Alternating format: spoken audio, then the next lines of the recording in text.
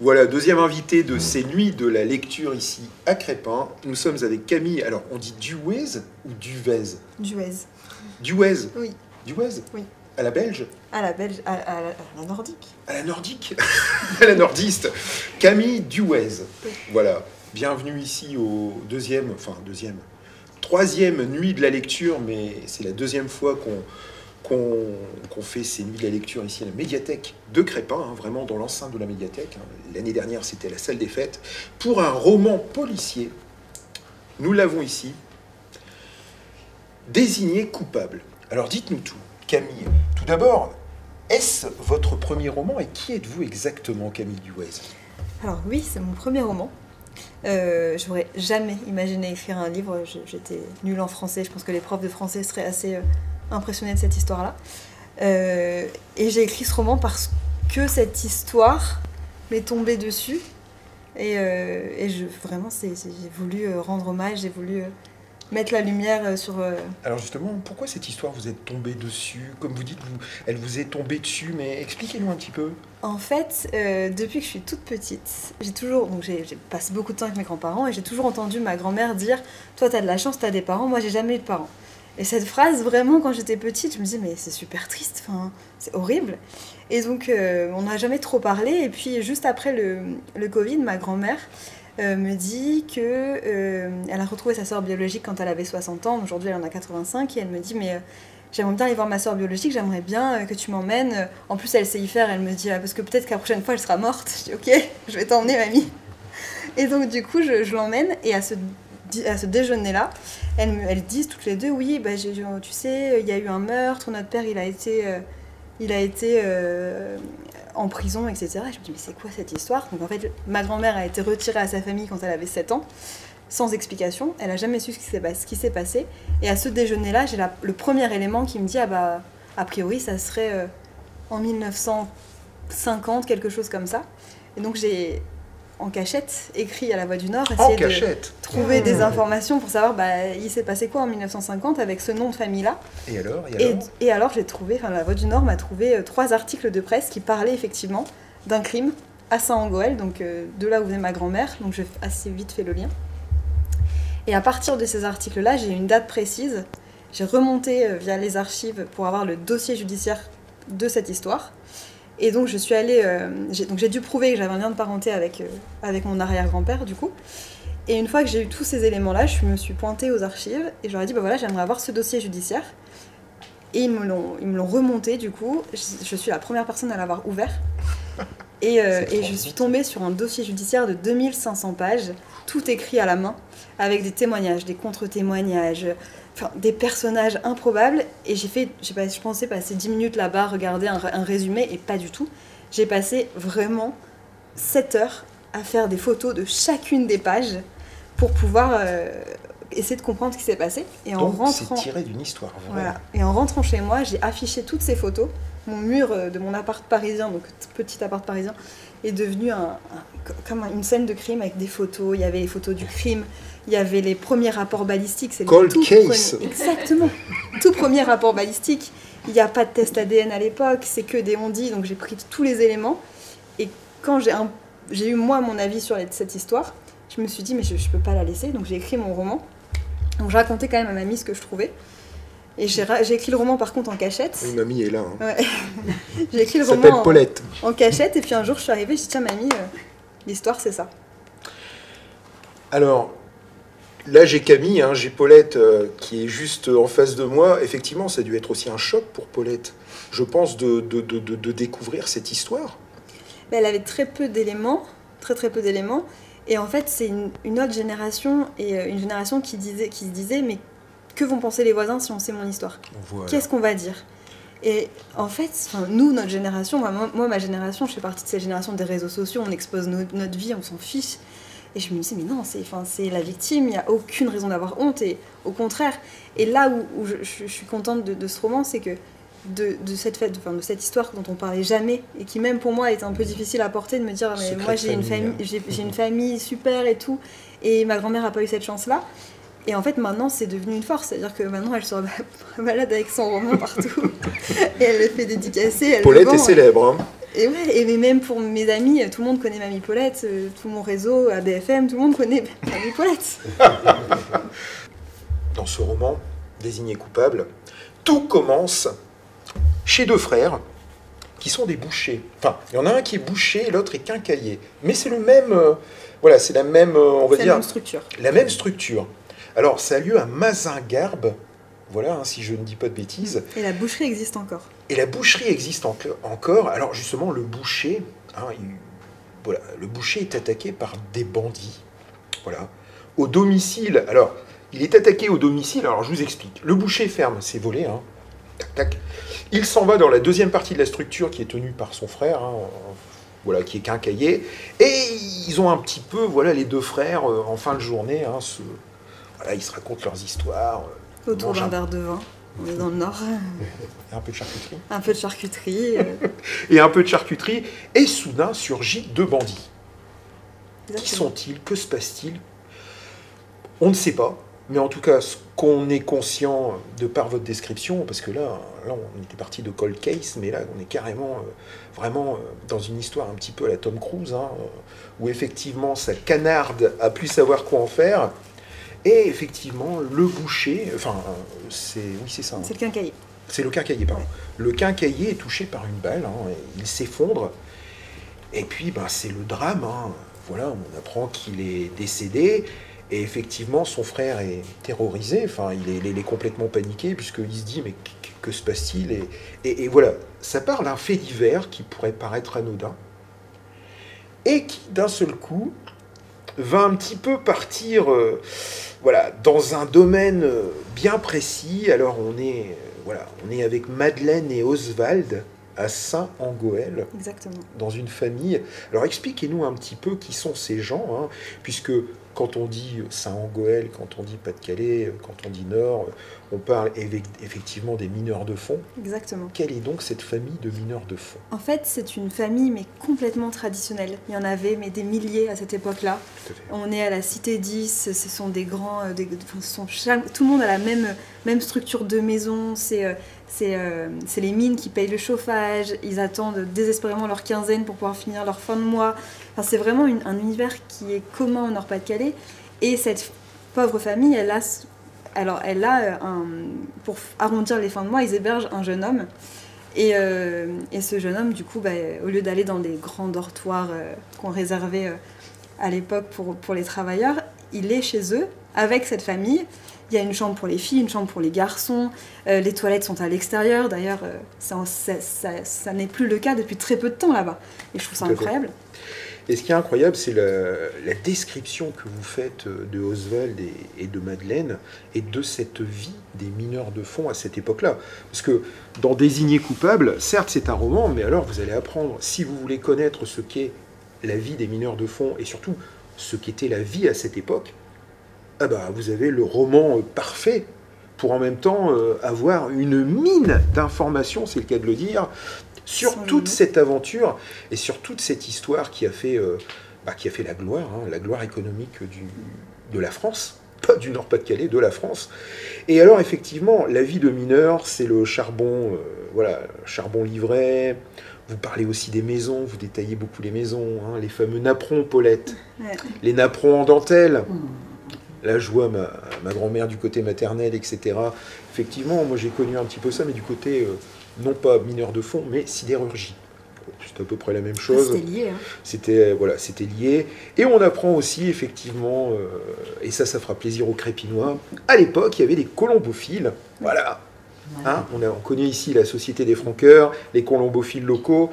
Et c'était la grande mode à l'époque, c'était la grande distraction. Hein. On peut dire que c'était même l'une des rares distractions. Oui, avec le jeu de la grenouille aussi. Voilà. En fait, ce qui est assez paradoxal, c'est qu'à côté de ça, ils étaient heureux dans leur cité minière. Ils avaient plein d'amis, ils allaient le soir boire au bistrot. Ils allaient boire au bistrot. Ils avaient une vie qui était différente de celle qu'on a aujourd'hui, mais ils étaient parfaitement heureux. C'était une famille simple, mais ils étaient complètement heureux. L'idée, c'était... Alors certes, j'ai voulu faire un livre pour raconter cette histoire et faire en sorte qu'elle ne se perde pas, mais il y avait tout un pan historique et un hommage au Nord-Pas-de-Calais qui pour moi était essentiel, parce que je viens d'ici, même si aujourd'hui je vis à Paris, mais je viens d'ici, j'ai fait mes études dans le bassin minier, donc à Valenciennes. Le centre audiovisuel est aujourd'hui à Wallers-Saint-Rambert, donc vraiment j'ai une attache pour ce milieu qui est forte, et du coup je voulais absolument leur rendre hommage aussi à travers ce livre. Alors ce qui est assez étonnant, et ce qui nous relie d'ailleurs à André Mfoula et à Effet Miroir, c'est que les enfants, on avait Paulette, mais on avait aussi Simon. On avait Simon, effectivement. On avait Simon. C'est assez rigolo cette façon de faire. Donc ils étaient 6 dans la famille. Et la manière d'appeler les enfants était assez drôle, puisque c'était Simon, Simone, Paul, Paulette, et je ne sais plus les 2 autres. Mais les 2 autres, ça marche pas comme ça, mais vraiment, il n'y avait pas d'attache au prénom comme on a aujourd'hui. Il y avait un enfant, on donnait un prénom, et puis... c'est pas des recherches comme aujourd'hui. Tout à fait. C'était des prénoms, c'était donné plus simplement. Enfin, il n'y avait pas... des prénoms comme aujourd'hui imprononçables. Mais voilà. Mais en tout cas, ce qui est assez étonnant, et vous l'avez aussi rappelé, c'est qu'il y avait donc Oswald et Madeleine. Alors, Oswald, comment vous décrivez Oswald ? C'est un garçon de 45 ans, un peu robuste, qui est un peu sec, mais qui est au fond hyper gentil, avec une balafre, parce qu'il a eu un coup dans les mines, et que du coup, une planche de bois lui est tombée dessus. C'est vraiment le nounours, quoi. C'est le nounours. Et Madeleine ? Et Madeleine, c'est une femme qui, dans les rapports de police, est décrite comme quelqu'un qui a un âge mental de 8 ans. Donc quelqu'un qui a un vrai problème d'attention, un problème psychologique. Voilà. Aujourd'hui, je pense que c'est quelqu'un qui serait soigné. C'était pas le cas en 1947. Mais c'était une très belle femme. C'était une très belle femme. Faut quand même le dire. Oui. Vous insistez quand même. Oui. Alors, il y a aussi une autre personne, parce qu'il se passe beaucoup de choses dans votre roman, et notamment, je pense à André. Qui est André ? André, c'est le méchant. André, c'est un jeune homme qui... Moi, j'ai noté le boulet. Ouais, c'est un boulet, c'est ça. C'est quelqu'un qui sait plus... Qui arrive dans les mines, qui commence à travailler dans les mines, qui a fait plein de petits boulots avant, qui va là où il y a du travail, mais qui est fainéant. Voilà, quelqu'un qui a existé, en tout cas, dans cette histoire. Qui a existé, effectivement. Oswald le dit malsain, vicieux, enfin, il y a de la suspicion de vouloir gagner de l'argent frauduleusement, enfin, etc., etc. Il est fainéant. Et effectivement, suite à ce fait divers, arrive le commissaire de police. Voilà, une enquête de gendarmerie à Saint-Angoël et Mazingarbe. Commissaire Ségard. Oui, le commissaire. En réalité, tous ces prénoms existaient. Ils ont été effectivement modifiés pour plein de raisons. Je voulais pas avoir de problème avec la police. Mais en tout cas, ce personnage arrive, il veut savoir ce qui se passe. Il a probablement un temps déterminé pour le savoir. Et il va rapprochez-vous un petit peu. Il va très vite essayer d'avoir des conclusions. Il va mettre une pression terrible à ses équipes. Alors c'est le vrai gendarme. Oui. Vraiment pragmatique, qui va à l'essentiel, vraiment quelqu'un d'efficace, de lucide, un peu froid aussi, mais ce qui détermine en fait sa faculté à pouvoir aller jusqu'au bout de l'énigme, entre guillemets. Et donc, alors, d'un côté, on a Madeleine, Oswald, on a les enfants, on va se cantonner à Paulette et Simon, parce que Simon va jouer aussi un rôle très déterminant. Nous avons donc l'enquêteur de police, qui est effectivement le commissaire Ségard, et nous avons une autre personne. Alors ça, c'est vraiment quelque chose qui est très caractéristique de l'époque, le fameux curé maire. Caractéristique, mais en même temps, ça ne devait plus exister. Je crois que Saint-Angoël, en 1947, c'est une des 6 dernières villes en France, donc en France, où il y a un curé maire, parce que la séparation des pouvoirs, ça a eu lieu en 1905, il n'y avait plus de raison d'avoir des curés maires. Et ce curé maire, moi je l'ai beaucoup imaginé, beaucoup imaginé, j'ai eu énormément de récits sur lui, des témoignages que j'ai trouvés sur les sites de Saint-Angoël, il a vraiment existé. Et ce curé maire, il est décrit par toutes les personnes qui l'ont connu comme quelqu'un de méchant, profondément méchant, et il déteste Oswald et Madeleine. Il les déteste. Ils vivent juste à côté. Justement, moi, la question que je poserais, c'est pourquoi les déteste-t-il autant ? On n'apprend jamais dans le roman. J'en dis pas plus, mais je me suis posé la question. Dans Pourquoi le autant de roman, méchanceté? si vous le lisez, dans le roman, je mets quelques possibilités. Je n'en sais rien. Je sais pas du tout pourquoi il les déteste vraiment. Mais il vivait... Alors, la maison d'Oswald et Madeleine était juste à côté du cinéma du curé-mère et juste à côté de l'église. Donc tout ce qu'il faisait, tout ce que cette famille faisait, le curé-mère, il le savait, il le voyait. Donc je pense qu'il y a des choses qui lui plaisaient pas. Et il les aimait pas et il leur a fait savoir. Ah bah, il a été très très loin, le curé-mère. Voilà, on apprend aussi les soupçons et le casier judiciaire d'un certain Pierre Hamon, ou Hamon. Hamon. Ouais. Qui est donc Pierre Hamon? Pierre, c'est un autre jeune qu'ils hébergeaient. Donc il y en avait deux. Ouais. Voilà. Alors, ce qui est assez marrant, c'est qu'il y a plein de paradoxes. Dans tout le dossier judiciaire, il y a des choses qui... Bon, il y a des moments où on voit qu'ils sont deux, des moments où ils sont un. Mamie a le souvenir de 0. Et donc c'est extrêmement bizarre, mais ça a été certifié par Oswald et Madeleine. Donc il y avait ce jeune homme qui, lui, voulait pas de mal. Je pense que c'était vraiment un gamin perdu de 17 ans qui se retrouve, qui arrive dans les mines du Pas-de-Calais. On lui dit, bah vas-y, descends, va ramasser du charbon. Il y va. Il essaye d'avoir une vie malgré tout. Il est hyper influençable, comme Simon, d'ailleurs. Et Là aussi Simon. Hein. Ouais, là aussi Simon, ouais. Très influençable et on va dire le jeune garçon, pas du tout méchant, pas du tout mauvais, mais... Non, un peu rancunier, l'aîné d'une famille de 6 du coup, qui loupe à peu de choses son certificat d'études, qui du coup n'a pas de bourse et qui, à cette rentrée-là, ça se passe au mois de septembre, à cette rentrée-là, au lieu d'aller à l'école comme ses autres camarades, il va aller rejoindre les Galibots et du coup descendre dans la mine très prochainement alors qu'il n'a que 13 ans.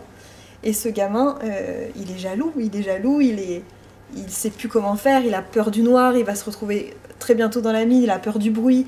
Enfin, il n'est pas du tout adapté à ce monde. Dans cette vie de mineur, ce jeune enfant, parce que à cette époque-là, ben, voilà, on avait besoin d'argent aussi, ben, il va devenir un galibot. Mm. Voilà, un jeune mineur qui va descendre. Alors il est tout jeune, Simon, il a quel âge ? 13 ans. Voilà, il va descendre, il va descendre dans les profondeurs de la mine, et c'est passionnant parce que on apprend effectivement comment ça se passe en bas, hein, dans les veines, comme ça. Enfin, c'est extrêmement étroit. Voilà, et puis il y a une chaleur étouffante à l'intérieur, etc. Enfin, c'est vraiment un univers dans l'univers. Là, quand on parlait d'extraterrestres, on est vraiment dans un autre monde. Dès qu'on descend dans la fosse, c'est une autre planète. C'est une autre planète, il fait extrêmement chaud, le taux d'humidité est à 80%. Dans la fosse 10-10 bis où ça se passe, du coup à Saint-Goël, on pouvait descendre jusqu'à 735 mètres de profondeur, enfin c'est colossal.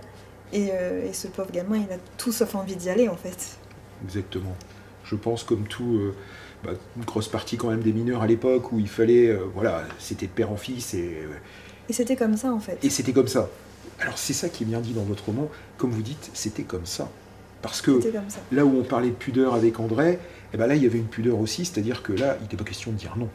Non, il pouvait pas dire non. Et il pouvait pas dire non. Il pouvait pas dire non, et puis c'est une conversation qu'on a eue avec mamie beaucoup, c'est que si ce drame n'était pas arrivé dans sa vie, elle aurait été à la mine. Enfin, comme ses autres frères et sœurs qui aussi ont été retirés à leur famille, mais il n'y avait pas de réflexion, il n'y avait pas qu'est-ce qu'on va faire de cet enfant, qu'est-ce que tu veux faire de ta vie. Non, c'est ça que tu vas faire de ta vie. C'est ta vie. C'est ta vie, la mine c'est ta vie.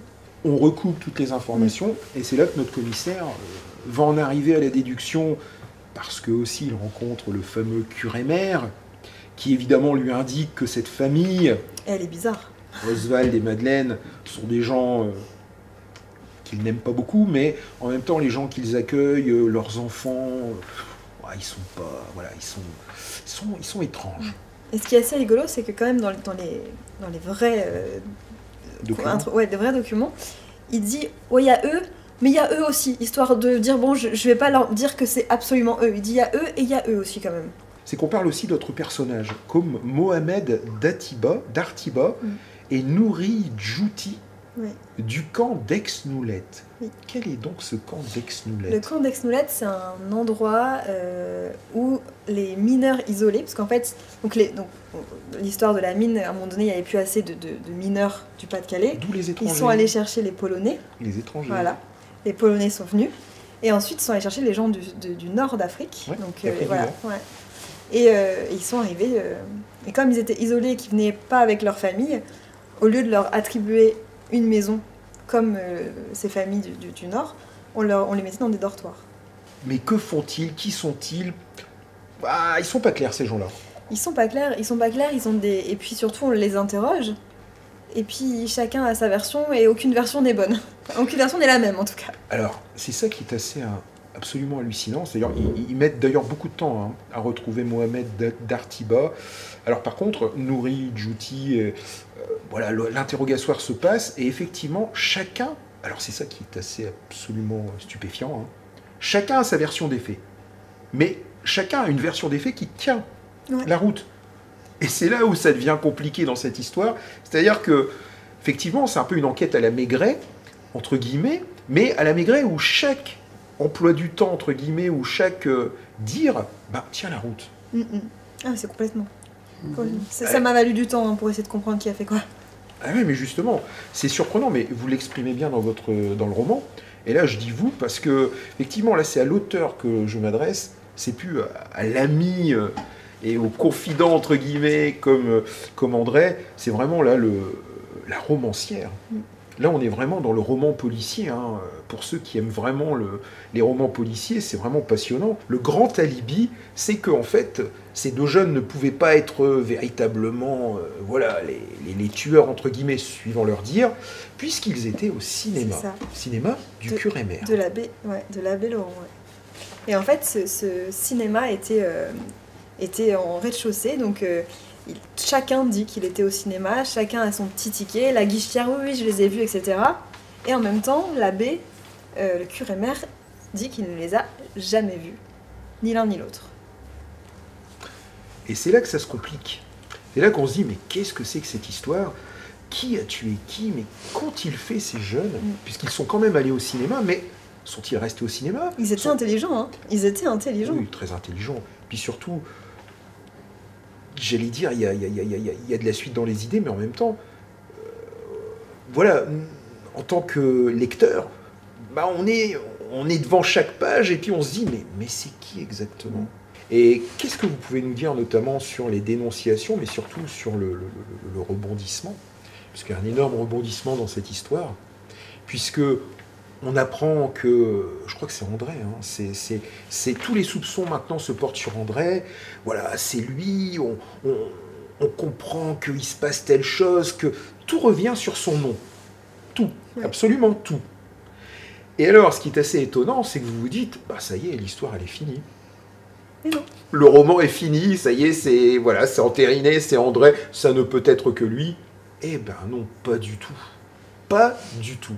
Que se passe-t-il? Dites-nous tout.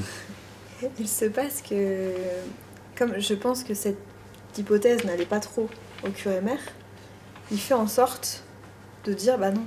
Ah oui, super votre idée, monsieur, madame et gendarme. Mais non, c'est pas ça l'histoire. Donc il réinvente une histoire. Et, j'en dirais pas trop, mais ça arrive sur Oswald et Madeleine. Complètement. Désigné coupable, Camille Duet. Oswald et Madeleine reviennent, j'allais dire...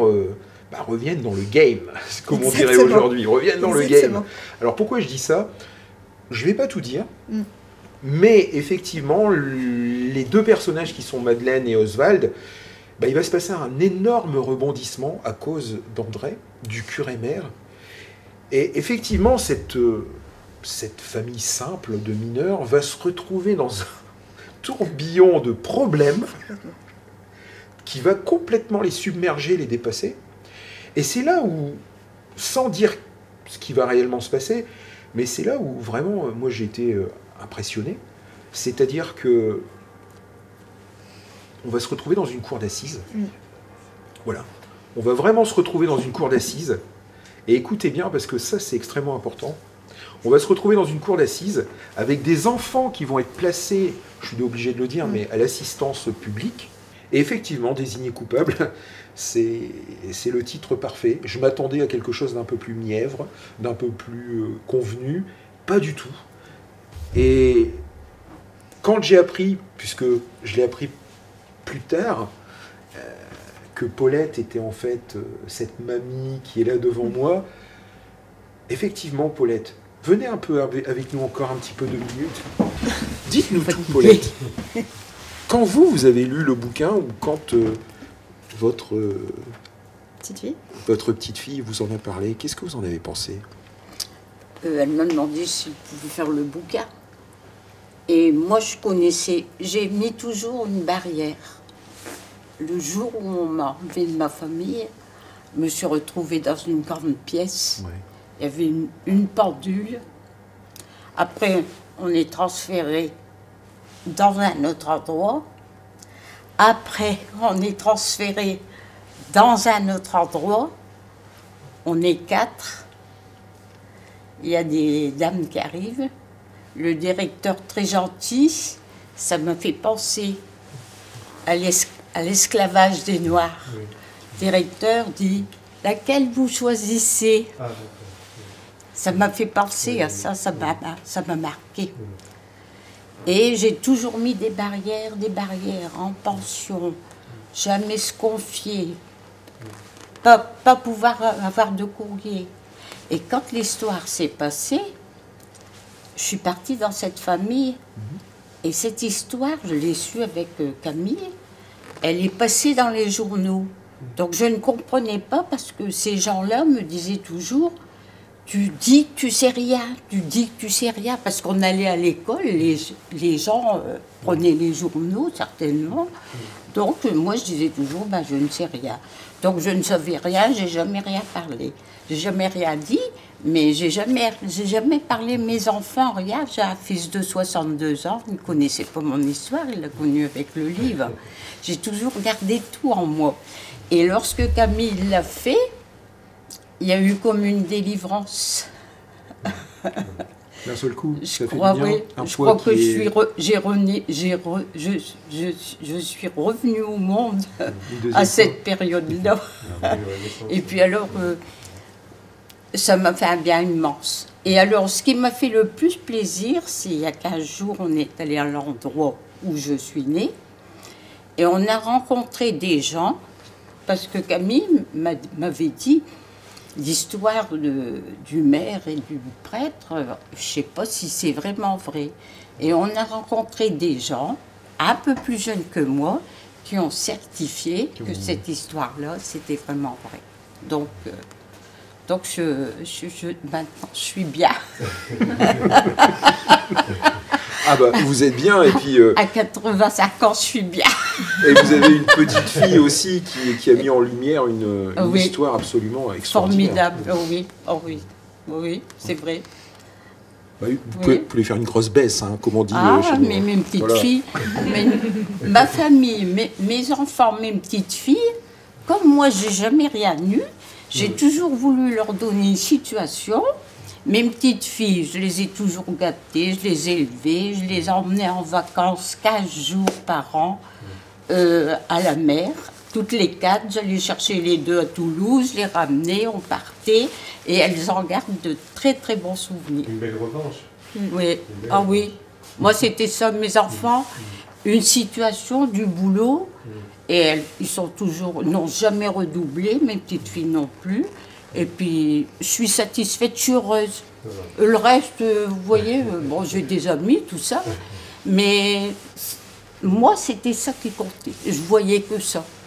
Donc, comme j'y suis arrivée, et comme j'ai connu mon histoire il n'y a pas longtemps, et ben c'est parfait. Maintenant, je peux mourir tranquille. C'est sa phrase préférée. Elle m'a dit, pas maintenant. C'est sa phrase préférée. Pas maintenant. Voilà. Eh ben, merci Paulette. De rien. Mille merci. Je pense qu'on peut applaudir Paulette. Un témoignage étonnant. Alors, je voulais quand même que Paulette témoigne, Camille, pour plusieurs raisons. La première, parce que Paulette est aussi le témoin d'une époque qui est complètement révolue aujourd'hui, mais d'une époque qui était aussi, comme le titre, désigné coupable. Bah, c'est une époque qui était réelle, vraie, et authentique. Voilà. Et il faut quand même rappeler aussi, et c'est pour ça que Paulette, le témoignage est important, parce qu'on parlait des mineurs, notamment la compagnie de Béthune, hein, de charbonnage de Béthune. Alors, là aussi, j'ai appris des choses, parce que si vous lisez ce bouquin, et vous allez voir jusqu'où je veux en venir, vous apprenez qu'il y a plusieurs types de charbon. Oui. Alors, on a le charbon à coque pour la fabrication du fer, et on a le charbon à vapeur pour la production d'électricité. Ouais. Ça, je ne le connaissais pas. Vous voyez, j'apprends plein de choses. Alors pourquoi j'en viens à Paulette? Parce que Paulette, comme vous l'avez dit si bien, Paulette non seulement a été le témoin, mais je pense a été aussi le témoin un peu effacé de cette histoire. C'est-à-dire que Paulette était une jeune fille, un enfant, et elle s'est retrouvée un petit peu embrigadée dans cette histoire sans véritablement la connaître. Et ce qui est voilà, pas du tout. C'était vraiment une sorte de voilà. Les non-dits, comme on dit, c'est-à-dire que vous êtes retrouvé à l'assistance publique, vous êtes retrouvé effectivement dans un environnement qui vous obligeait à vous mettre des barrières, pour ne pas vous livrer, etc. Et puis, ce qui est assez intéressant dans ce témoignage, c'est le fait aussi que vous, Camille, en tant que professionnel de l'audiovisuel, et c'est là où je voulais en venir, c'est que vous n'êtes pas journaliste, vous avez fait vos études en audiovisuel, vous n'êtes pas journaliste, mais vous avez un regard de journaliste, et je pense que vous avez un petit peu le même regard que le commissaire, parce que je me suis dit, mais Camille, elle se situe où, Camille? Je ne parle pas de vous, Paulette, mais elle se situe où, Camille? Parce que vous dites que Camille, voilà, elle aime bien sa mamie, etc., mais vous, à quel personnage vous identifiez-vous réellement dans ce roman? Alors ça... moi j'ai un début de réponse. Ouais. Parce qu'elle ne le dira pas. Ne vous inquiétez pas, elle ne le dira pas. Et justement, moi mes soupçons, Camille, portent sur le commissaire Ségard. C'est possible. Vous voyez, je mène l'enquête. Je mène l'enquête aussi. C'est très possible. Voilà, sur le commissaire Ségard. Parce que je me suis dit, Paulette, j'ai compris à la fin qui vous étiez, et quel était donc ce personnage, et voilà, ce sont des personnages réels, ils sont vrais, ils sont authentiques, mais je me disais, mais Camille, dans ce magnifique roman policier, mais où se situe-t-elle? Voilà. J'ai essayé de garder le plus, alors même si j'ai un affect immense sur cette histoire, mais le plus de neutralité possible. De tous les doutes que j'ai, ils sont dans le livre, tous les moments un peu clés, ils sont dans le livre. Et à partir du moment où on passe au procès, le commissaire disparaît. Voilà, c'est ça. Après, débrouillez-vous. Eh bien, écoutez, moi je vous encourage à aller applaudir Camille Duet, désigné coupable. On peut l'applaudir, messieurs, dames. Oui, c'est un grand... voilà. Alors, désigné coupable, inspiré d'une histoire vraie, librement adaptée. Si on te demande, tu réponds que tu ne sais pas. Et je pense que c'est la phrase clé, vous l'avez bien résumée.